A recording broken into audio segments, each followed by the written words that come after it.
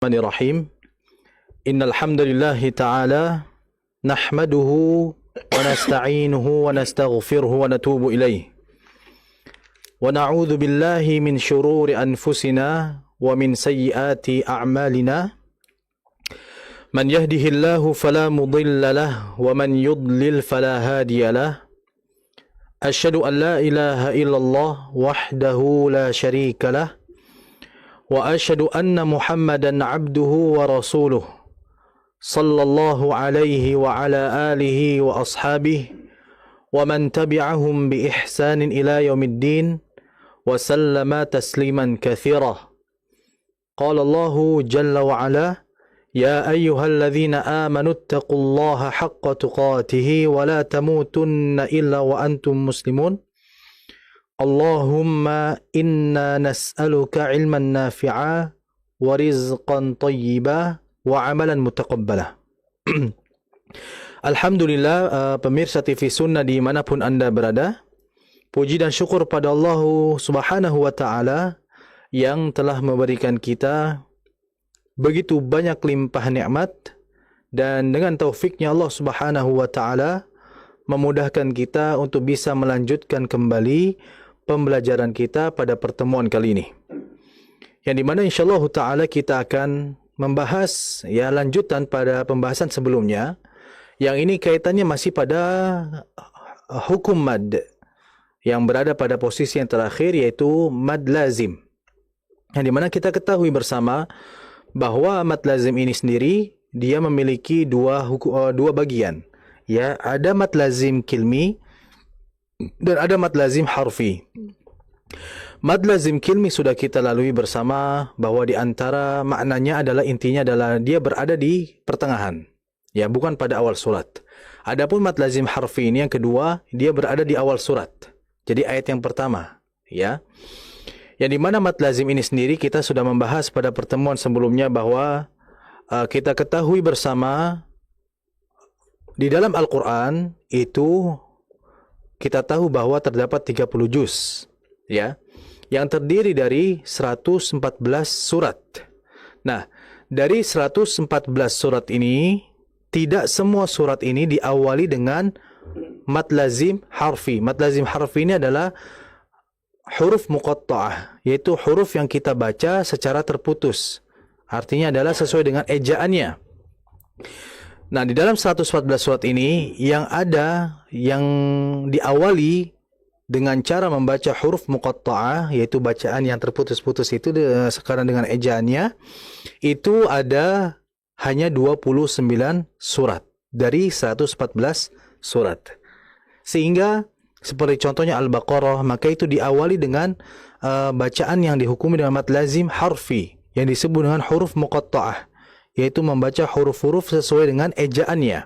Seperti dalam soal Baqarah, ayat pertama alif lam mim, itu kita baca dengan ejaannya. Alif, kemudian lam, ada mimnya, kemudian ketiga mim. Nah, kita harus membaca sesuai dengan ejaannya. Ini disebut dengan huruf-huruf muqatta'ah.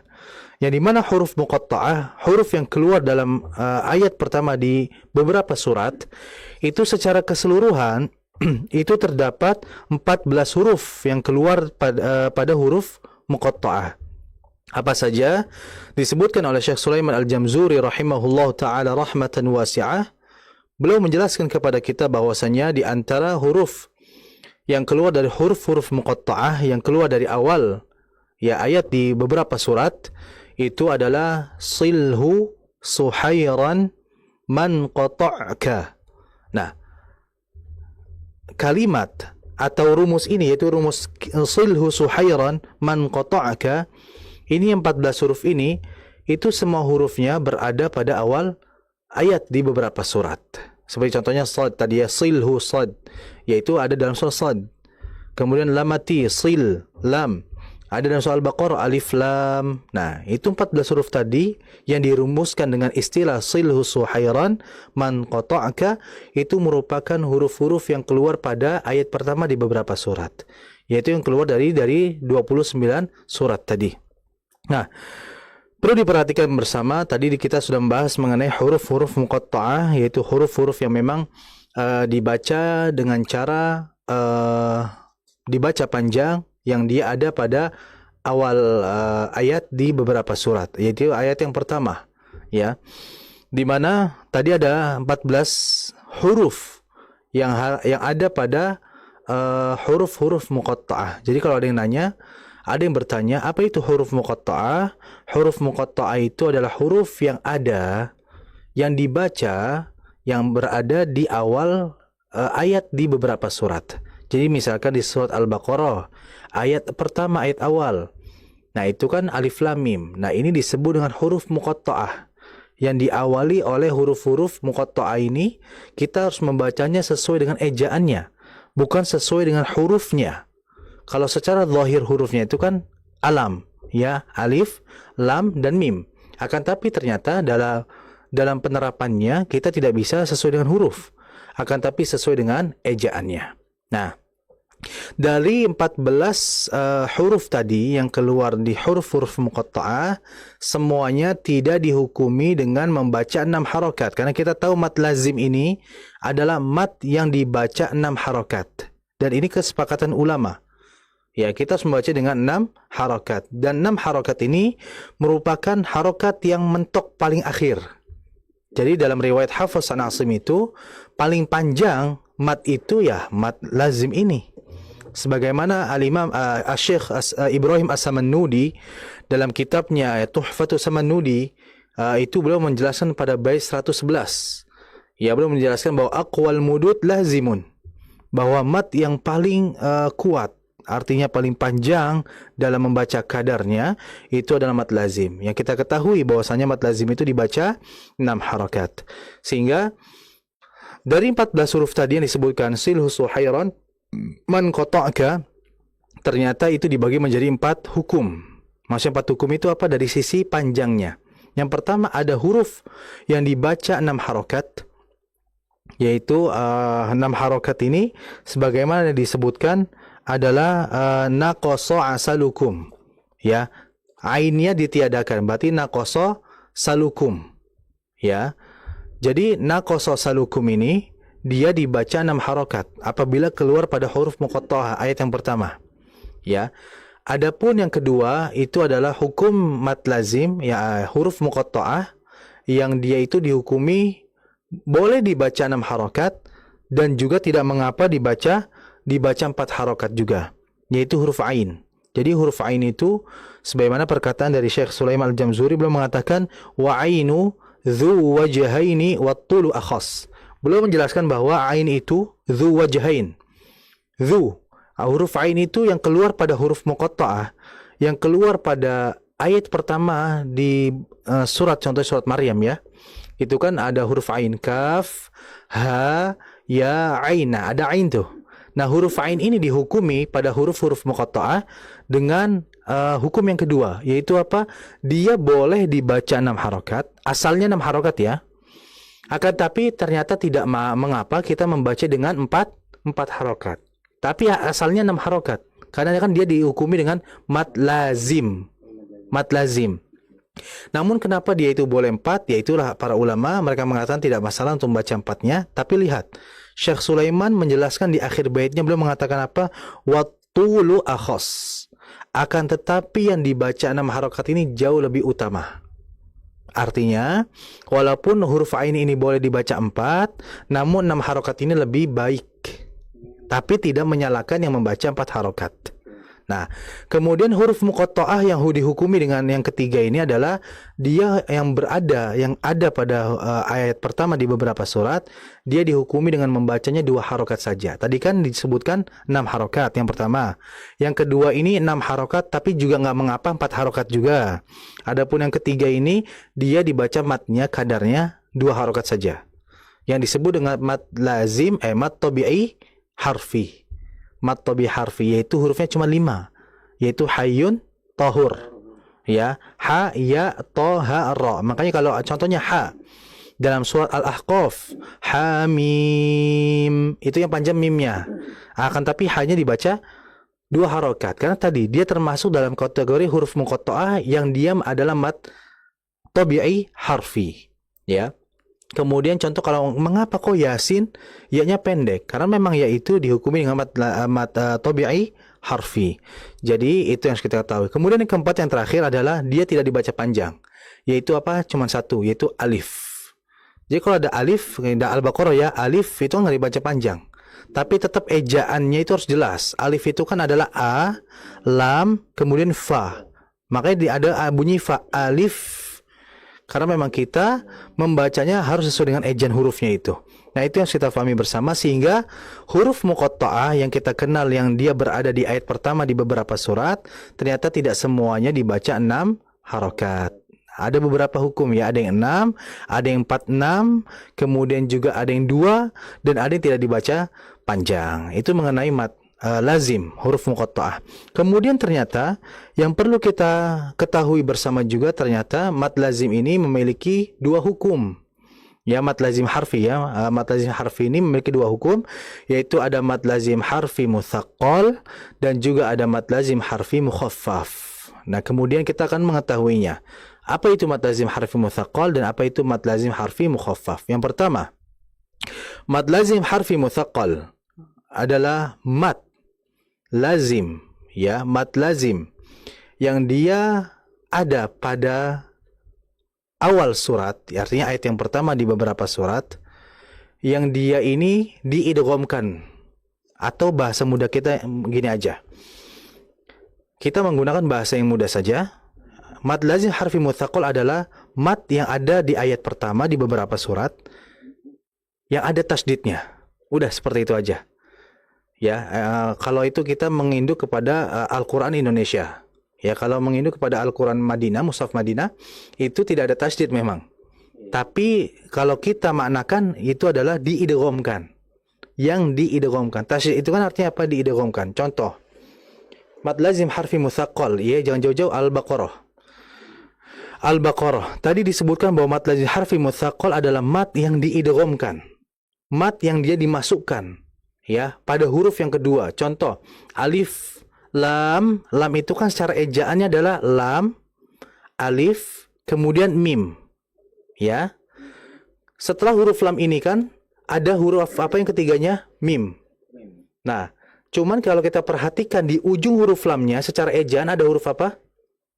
Ada huruf mim. Nah, kemudian ketika pada ejaan lamnya ini di akhirnya ada huruf mim, ternyata di huruf ketiga itu ada mim lagi. Alif, lam, mim kan alam ya. Yaitu ketiganya ada mim lagi. Sehingga ada 2 mim nih. Mim yang pertama yang dia berada pada ejaan huruf lam. Dan ada mim yang memang di mim asli ini. Nah, sehingga mim yang mati yang pada lam ini kan bertemu dengan huruf yang hidup. Mim itu. Nah, ini disebut dengan diidghamkan. Kalau dalam Mushaf Madinah memang tidak ada tasdid. Tapi secara hukumnya itu menjadi idgham. Dimasukkan. Nah, itu. Jadi, kalau kita melihat dari Mushaf Indonesia, itu pasti ada tasdidnya. Seperti to, sim, mim. Ya, itu. Jadi, itu yang harus kita pahami bersama mengenai mad lazim harfi mutsaqqal. Jadi, itu ya. Jadi, biasanya itu ada tasdidnya. Kalaupun tidak, maka kita lihat dari segi ejaannya. Ya, apakah di situ ada yang diidghamkan atau tidak. Jadi intinya ada tasdidnya. Seperti tadi alif lam mim, kemudian alif lam mim ra. Ya, yang idghamnya itu antara lam ke mimnya. Ya, itu. Itu mengenai mad lazim harfi mutsaqqal. Kemudian berikutnya yang harus kita perhatikan juga adalah mengenai mad lazim harfi mukhaffaf. Dan apa itu mad lazim harfi mukhaffaf? Perlu diperhatikan semuanya mengenai mad lazim harfi mukhaffaf ini. Tadi disebutkan kalau mutsaqqal adalah yang diidghamkan atau yang ada tasdidnya. Nah, adapun yang mukhaffaf ini tidak diidghamkan dan tidak ada tasdidnya. Itu yang harus kita pahami bersama. Kemudian yang harus kita ketahui juga mengenai mad lazim harfi mukhaffaf ini juga adalah bahwa dalam membacanya tadi disebutkan tidak boleh kita itu mengidghamkan. Ya, karena memang tidak ada pertemuan 2 huruf yang sama. Karena kan seperti tadi alif lam mim itu karena ada perjumpaan 2 huruf yang sama. Mim yang pada huruf lamnya ketemu mim. Ya, maka ini harus diidghamkan, digunnahkan maksudnya ya, dibaca dengan gunnah. Adapun kalau mukhaffaf tidak digunnahkan. Seperti contohnya alif lam ra. Alif lam ra. Kalau kita perhatikan lam itu kan berarti secara ejaannya lam, alif, mim. Nah, mim ini kan dalam kondisi mati, ya, ejaan pada lamnya. Bertemu setelahnya itu ra. Nah, ra, ya, ra ini kan dia itu berarti mim mati ketemu huruf ra. Berarti dihukumi dengan apa? Idhar. Sehingga tidak boleh kita itu membaca dengan idgham. Jangan kita membaca ditahan terlebih dahulu, tidak. Akan tapi cukup mimnya dibaca sebentar langsung ra. Contohnya alif lam ra. Ada mimnya, tetap ada mimnya. Karena memang kita dalam membaca huruf muqatta'ah yang keluar di ayat pertama di beberapa surat, itu kita harus jelaskan bacaannya sesuai dengan ejaannya. Jadi jangan kita baca alif la ra. Tidak, mimnya tetap harus kebaca. Ya, begitu juga kalau kita membaca pada surat Maryam, ya, itu harus sesuai dengan ejaannya. Kaf ha ya ain. Karena tadi huruf ain itu kan secara ejaan ain ya nun, ya. Sehingga nunnya ini kan dalam kondisi sukun bertemu dengan shad. Nah, sehingga dibaca dengan ikhfa. Makanya kenapa kok bisa dibaca ikhfa? Karena kita harus membaca sesuai dengan ejaannya. Dan ternyata ejaan huruf ain ini terdapat huruf nun. Dan nun ini bertemu setelahnya huruf shad yang menjadikan hukum yaitu ikhfa. Sehingga kita harus baca dengan ikhfa. Contohnya tadi kaf ha ya ain shad. Itu yang harus kita fahami bersama mengenai bacaan yang disebut dengan mad lazim harfi mukhaffaf. Jadi tidak diidghamkan. Intinya kalau dalam Quran Indonesia tidak ada tasydidnya. Kalau secara makna kitanya adalah tidak ada perjumpaan dua huruf yang sama atau yang tidak berjumpa dengan huruf-huruf mad. Huruf-huruf gunnah. Ya, huruf-huruf gunnah. Seperti tadi kan alif lam ra. Itu kan tidak ada huruf gunnah setelah mim. Tapi mim ketemu huruf ra ini kan dihukumi dengan idhar, bukan idgham. Nah, itu yang kita fahami bersama. Dan alhamdulillah kita sudah menuntaskan mengenai pembahasan mad lazim harfi ini. Memang di dalam beberapa kitab ada mad-mad yang tidak dijelaskan, ya. Seperti contohnya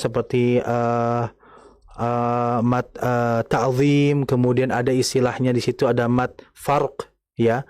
Yang kita ketahui mad farq itu adalah mad lazim yang didahului dengan hamzah istifham, yaitu sebagai tanya, ya, sebagai pertanyaan gitu. Di mana seperti contohnya mad lazim harfi, ya, mad lazim tadi yang disebutkan mad lazim mad farq itu contohnya az-zakarain. Kalau kita melihat secara hukum ini adalah mad lazim kilmi, ya, mad lazim kilmi. Akan tapi ternyata dia juga secara pembahasan lainnya dalam kitab tajwid, ia pun dibahas dengan hukum disebut dengan mad farq, ya, mad farq, yang dimana dalam membacanya ya kita harus membaca dengan lazim, yaitu membaca dengan berapa? 6 harokat tadi lazim, ya.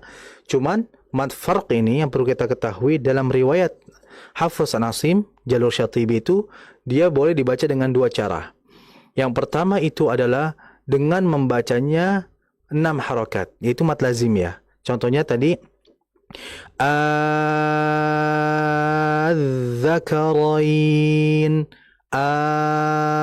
Allah, itu, ya. Kenapa tadi saya sebutkan mad lazim kilmi? Karena dia bukan berada di ayat pertama di beberapa surat. Dia berada di pertengahan surat. Nah, makanya saya sebut dengan mad lazim kilmi. Tapi ternyata di beberapa kitab disebutkan juga bahwa hukum bacaan tadi juga disebut dengan mad farq, ya, atau mad farqi, ya, mad farq. Di mana tadi disebutkan ada dua cara baca. Yang pertama, karena tadi disebutkan mad lazim kilmi dibaca 6 harokat. Cara yang kedua adalah dibaca dengan tashil. Tashil itu yang kita ketahui itu merupakan bacaan-bacaan gharibah. Ayat-ayat gharibah itu ayat-ayat yang secara zahirinya itu tulisannya seperti itu, tapi ternyata dari sisi bacaannya berbeda. Seperti contohnya kan waqala arkabu fiha bismillahi majreha. Ya kan? Itu kan tulisannya kan harusnya majroha. Cuma ternyata dari sisi bacaan berbeda dan ini sebelum dengan ayat gharibah. Nah, di antara ayat gharibah juga adalah tashil. tasil itu meringankan hamzah. Yang kedua, itu ada dalam surah Fussilat. Itu dicontohkan a'jami, a'jami, a'jami. Nah, mad lazim atau mad farq ini itu boleh dibaca dengan tasil tadi. Ya, yaitu dibaca, tadi kan dibaca 6 harokat ya. Az-zakarain. Nah, kalau dibaca tasil gimana?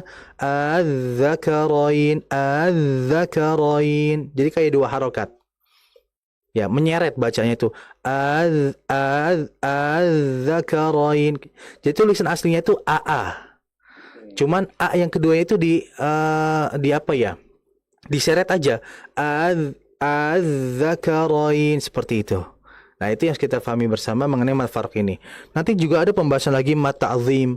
Mad ta'zim itu ada pada kalimat tauhid, yaitu la ilaha illallah. Nah, itu disebut dengan mad ta'zim, yang dimana kalau bisa kita bacanya, kita kalau mengetahui secara hukum memang itu merupakan mad jaiz munfasil ya, yaitu dibaca lebih dari 2 harakat namun tidak sampai 6. Nah, namun karena ini mad ta'zim ya, sebagai ta'zim kekuasaan Allah, karena ini kalimat tauhid dan kita baca dengan panjang.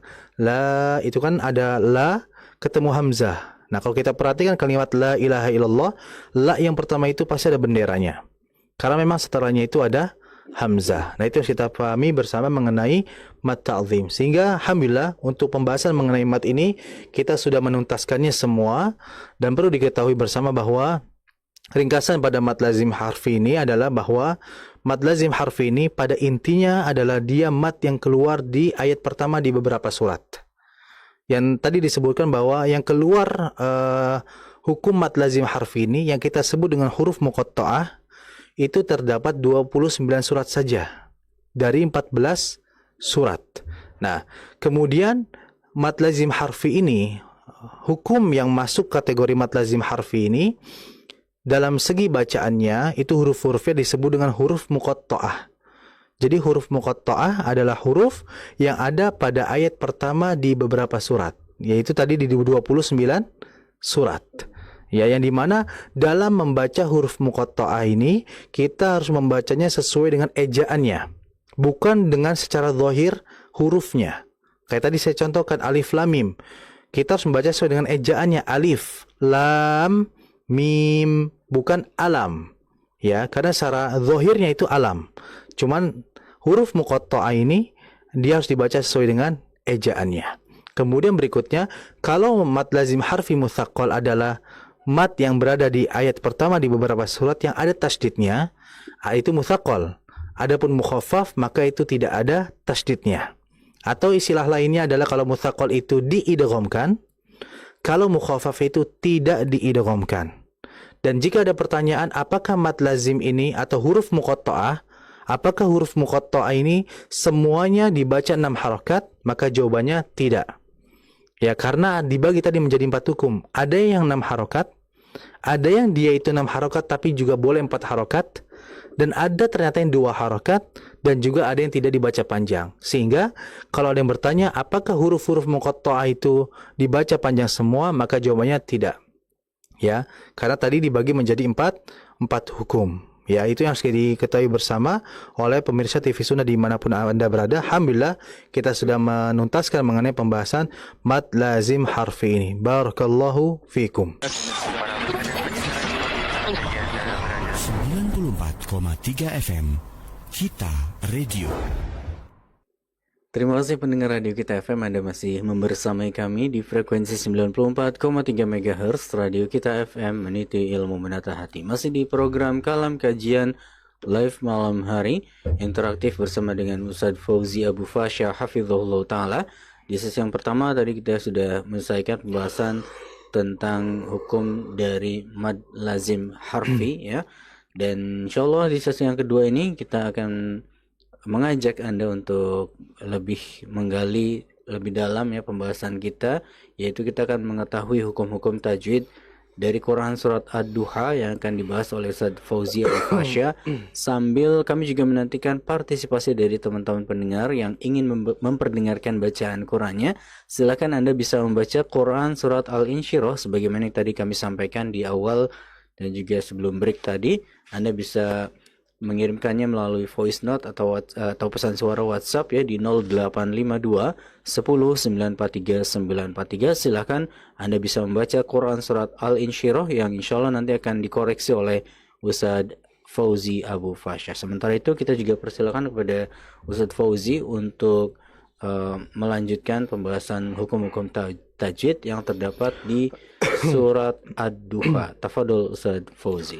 Naam, alhamdulillah wassalatu wassalamu ala Rasulillah wa ala alihi wa ashabihi wa mawalah wa la haula wa la quwwata illa billahi thumma amma ba'du. Pemirsa TV Sunnah dimanapun Anda berada, alhamdulillah pada sesi kedua ini insyaallah taala kita akan melanjutkan bacaan tahsin kita, yang dimana pada pertemuan sebelumnya kita sudah menuntaskan bacaan kita atau sudah membahas kaidah-kaidah hukum tajwid pada surah Al-Insyirah atau surah Asy-Syarh. Maka insyaallah taala sanantaqil al-yawm, kita akan pindah pada malam hari ini di surat Ad-Duha. Ya, perhatikan di situ. A'udzu billahi minasy syaithanir rajim. Bismillahirrahmanirrahim. والضحى والليل إذا سجى ما ودعك ربك وما قلى وللآخرة خير لك من الأولى. Perhatikan pada ayat yang pertama di situ ada huruf waw. Mengenai huruf waw ini perlu diketahui bersama, huruf waw ini kan makhrajnya atau pengucapannya ini kan berada di bibir ya. Sehingga huruf waw ini harokat apapun dia maka tetap dibaca dengan memonyongkan kedua bibir. Walaupun huruf waw ini berharokatnya fathah, sehingga dibaca wa. Wadduha. Makanya ada beberapa ulama mengatakan bila mana ayat yang dimulai dengan huruf waw, maka usahakan posisi bibir itu sudah monyong. Gunanya apa? Gunanya untuk mempermudah bacaan, apalagi ketemu huruf dad ini. Jadi monyongkan dulu wadduha, wadduha, sehingga nanti ketika sudah monyong masuk ke huruf dadnya itu enak, mudah. Ya. Namun monyongnya huruf waw pengucapan di awal ini bukan kewajiban, namun untuk mempermudah saja. Ya, yang pertama huruf waw, hati-hati jangan dibaca wadduha, wadduha, bukan wa, yang betul wa. Ya, kemudian berikutnya huruf dad. Ini ada huruf dad. Kita ketahui semuanya bahwa huruf dad ini merupakan huruf yang keluar dari lidah, bagian hafah, yaitu bagian sisi, samping, kiri atau kanan. Tapi ulama-ulama mutaakhirin, ulama-ulama saat ini, mereka berpendapat tidak masalah untuk mengucapkan dad ini yang tadinya berada di sisi atau pinggir, dia boleh di tengah di ujung lidah dengan menempelkan ke langit-langit atas. Dan dalam membacanya dad ini kita harus menjelaskan sifat yang tidak memiliki lawan huruf dad. Apa itu? Yaitu adalah istitalah. Ya, istitalah itu adalah imtidad, menahan, mengalirkan huruf dotnya sehingga kita tahan. Jangan kita baca seperti ini. Ini bacaan yang salah ya. Contohnya wadduha, tidak, alirkan dulu wadduha, wadduha, wadduha.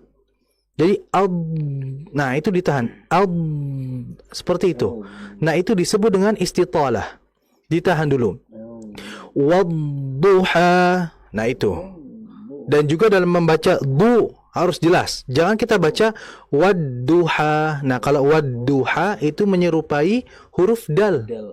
Bedakan antara du, bedakan antara du. Du dan du. Nah, kalau dad ini tebal, du. Kalau dal tipis, du. Nah, jadi hati-hati pemirsa ya dalam mengucapkan huruf dad ini. Kemudian berikutnya adalah ketika sudah pengucapan dad, berikutnya ha. Nah, perlu diperhatikan kalau kita melihat dalam mushaf Madinah, haknya itu kan ada fathah, Di samping fathah itu ada fathah berdiri juga. Itu bisa kita sebut dengan mat tabi'i. Ya, mat tabi'i alif layyinah itu ya. Ada ya seperti ini, tapi itu dibaca 2 harakat, yaitu mat tabi'i. Sehingga seringkali teman-teman ini membacanya tidak selayaknya mat tabi'i. Karena kita tahu bahwa mat tabi'i ini dalam kadar panjangnya itu berapa harakat? 2. Akan tapi masih banyak di antara teman-teman yang mungkin membacanya lebih dari 2 harakat, sehingga dibaca wadduha. Tidak. Yang betul 2 harakat. Wadduha. 2 harakat saja. Tidak boleh lebih karena dia mat tabi'i. Ya, jangan wadduha. Tidak. Cukup 2 harakat. Kemudian kesalahan berikutnya yang terjadi pada mat tabi'i di akhir ayat adalah seperti membaca adanya hamzah di akhir. Contohnya, wadduha. Nah, itu seperti ada hentakan di ujung. Itu seperti halnya adanya hamzah. Nah, mungkin dia menjaga kehati-hatian tuh, biar 2 harakat saja. Tapi ternyata menghentak di ujung. Yang betul adalah menurunkan suara. Wadduha. Seperti itu. Wadduha. Bukan wadduha. Tidak. Itu menghentak. Nah, jadi hati-hati ya pemirsa dalam membaca mat tabi'i di sini. Kemudian berikutnya wallaili idza saja. Perhatikan wallai, ada lam tasydid di situ. Lam tasydid cukup dimasukkan, tapi jangan ditahan lama-lama. Jangan wallai, tidak.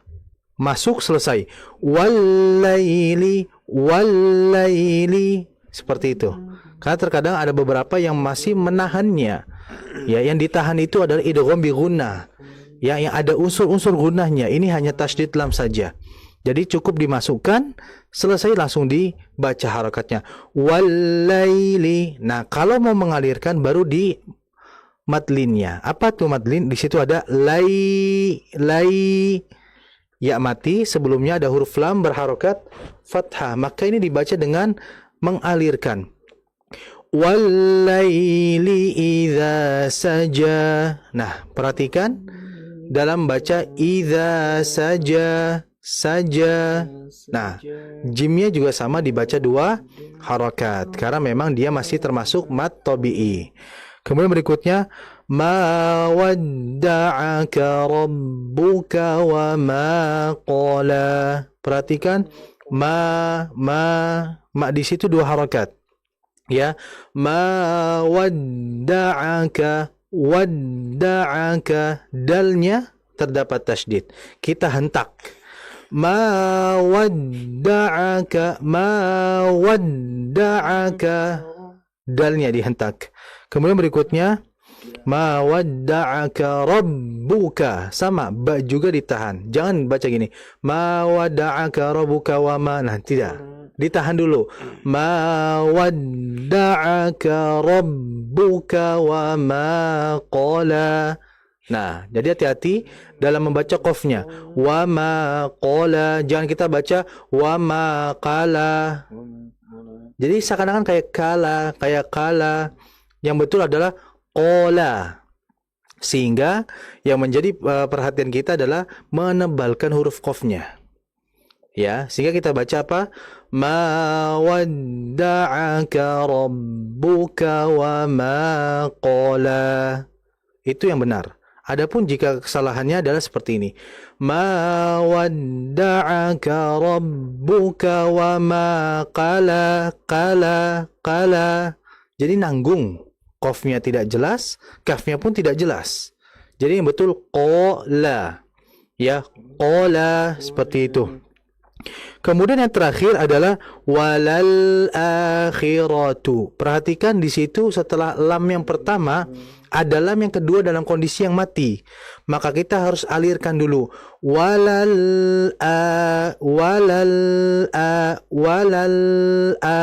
seperti itu. A-nya juga panjang ya. Akhiratu khairu. Nah, khairu itu ada madlin, ya mati, dialirkan dulu. Walal akhiratu khairul. Nah, Khairul la. Lamnya itu tanwin, domatain, ketemu huruf lam. Nah, kalau ada domatain atau nun mati ketemu huruf lam, itu pasti di huruf lamnya ada tasdid. Ya. Tapi kalau pada huruf ya, waw tidak ada tasdid. Mengapa demikian? Berarti dimasukkannya langsung sempurna. Khairul, kan langsung ke al, ya kan? Tapi kalau kita baca nun mati ketemu ya, famai, ya ke ya juga tidak, masih di tengah-tengah dia. Nah, karena tidak ada tasdid. Kalau ada tasdid, itu disebut dengan idgham kamil. Memasukkan huruf yang kedua secara sempurna. Sehingga dibaca khairul, langsung al. Ya. Itu disebut dengan mat apa? Mat idgham bila gunnah. Kemudian berikutnya minal ula. Nah, perhatikan di situ ada lam mati lagi. Kita kalau dalam riwayat Hafiz itu lamnya itu harus dibaca ngalir ya, dibaca ngalir dalam sifat tawasudnya. Kecuali dalam riwayat Warsh, kalau riwayat Warsh memang diibdal. Contohnya tadi walalakhiratu khairul laka minalula. Itu dalam riwayat Warsh. Nah, nanti ada lagi dalam riwayat Hamzah walal nah, seperti itu. Jadi seperti dibaca saktah. Nah, itu jadi kita dalam riwayat Hafiz ya, maka dibaca mengalir tawasud.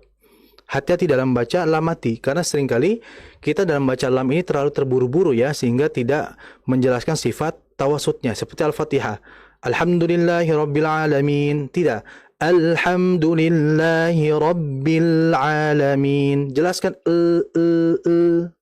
Itu aja yang harus diperhatikan oleh pemirsa dimanapun Anda berada. Barakallahu fikum. Baik, terima kasih Ustaz. Jazakumullahu khairan atas pembahasannya ya di Quran surat Ad-Duha dari ayat yang pertama sampai dengan ayat yang keempat dalam pembahasan hukum-hukum tajwid yang tadi telah dipaparkan ya. Baik, selanjutnya kita akan perdengarkan bacaan Quran yang sudah dikirimkan melalui voice note di 085210943943 dari teman-teman pendengar di Kita FM yang sudah mengirimkan bacaan Qurannya. Berikut ini kami akan putarkan atau kita akan hadirkan satu persatu ya. Insyaallah bacaan Qurannya akan dikoreksi oleh Ustadz Fauzi Abu Fasha berikut ini.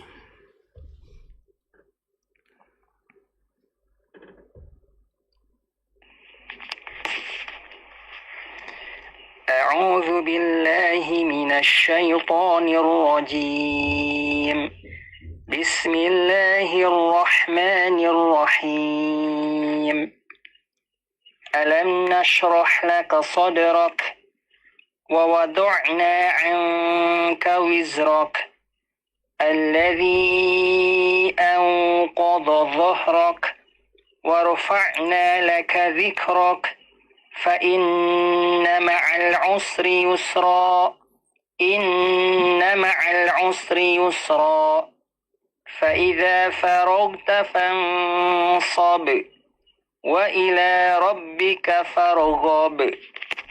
Ya, ini pesan datangnya dari Agus Slamet Nur Hidayat di Kuningan, Jawa Barat, Ustaz. Tafadhol Ustaz, minta dikoreksi bacaan. Ya.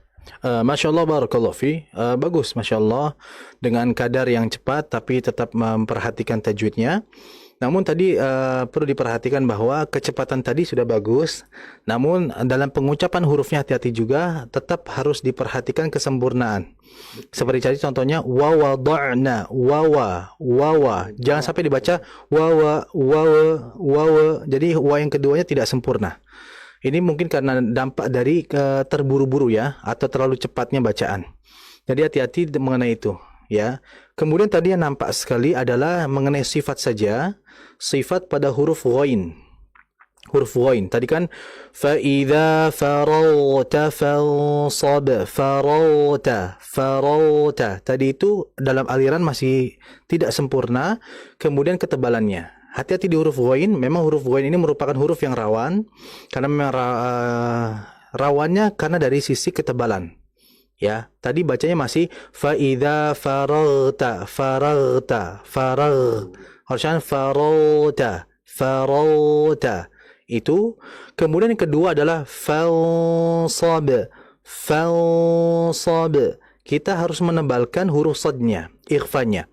Kita ketahui bersama, dalam hukum tajwid itu huruf alif itu mengikuti tebal tipisnya. Alif itu bisa menjadi tebal, bisa menjadi tipis ya. Itu melihat dari huruf sebelumnya. Ya, misalkan huruf alif sebelumnya ada huruf qaf, maka alifnya menjadi apa? Tebal karena qaf tadi.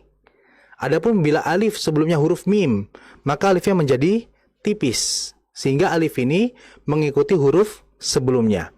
Sebagaimana ini perkataan dari para ulama, dan di antaranya dalam mereka mengatakan watatba'ul alifu ma qablaha. Watatba'ul alif ittiba', yaitu alif mengikuti ma qablaha, huruf sebelumnya. Sebaliknya dengan ikhfa, disebutkan bahwa dalam beberapa kitab disebutkan, di antaranya para ulama mengatakan, ini kalau tidak salah perkataan dari Syekh Uthman bin Sulaiman Murad, beliau mengatakan wa fakhimil ghunnata intalaha huruful isti'la ila siwaha. Beliau mengatakan wa fakhimil ghunnah, dan tebalkanlah pada ghunnah huruful isti'la jika bertemu dengan huruf isti'la. Contoh tadi disebutkan huruf gunnah. Huruf gunnah itu kan nun mati. Nun mati ketemu huruf yang sifatnya tebal, maka gunnahnya itu harus dibaca dengan tebal juga. Maka contoh seperti ikhfa tadi. Memang ikhfa itu dibaca samar, tapi kesamaran ini juga kita harus melihat dari sisi sifat huruf ikhfanya. Jika huruf ikhfanya itu tebal, maka samarnya disertai dengan ketebalan. Sehingga kalau kita bacanya fa idza faragta fansab, ikhfanya benar, tapi sifat ikhfa hurufnya ini hilang, jadi tidak sempurna, sehingga harus disertai dengan ketebalannya. Fa idza faragta fansab, sehingga poinnya adalah alif tadi mengikuti huruf sebelumnya, kalau ikhfa nun mati mengikuti huruf setelahnya. Itu harus difahami. Jadi tadi masalah dua aja, ghain ditebalkan lagi dan ikhfa sadnya juga ditebalkan lagi. Secara keseluruhan bacanya sudah bagus. Barakallahu fi. Oke, baik. Terima kasih Ustaz, jazakumullahu khairan atas koreksinya ya. Kalau kita teringat dengan huruf go itu teringat juga dengan penjelasan Ustaz Fauzi bahwa pengucapannya itu gampang aja ya, ngikutin aja kalau kucing lagi berantem ya. Oh gitu Ustaz ya. Masya Allah. Iya, karena memang tadi kurang terdengar jelas juga Ustaz ya. Goinnya dalam tadi sukun ya tadi. Farog tafang sukun. Baik, terima kasih Ustaz, jazakumullah khairan, dan kita akan perdengarkan lagi untuk bacaan Quran selanjutnya yang sudah dikirimkan juga melalui WhatsApp di kesempatan malam hari ini. Kita akan putarkan atau kita akan hadirkan berikut ini.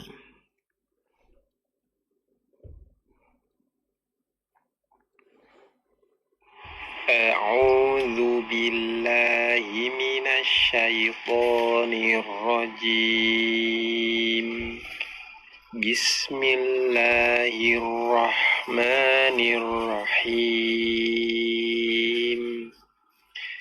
ألم نشرح لك صدرك ووضعنا عنك وزرك الذي أنقض ظهرك ورفعنا لك ذكرك فإن مع العسر يسرا إن مع العسر يسرا فإذا فرغت فانصب وإلى ربك فارغب.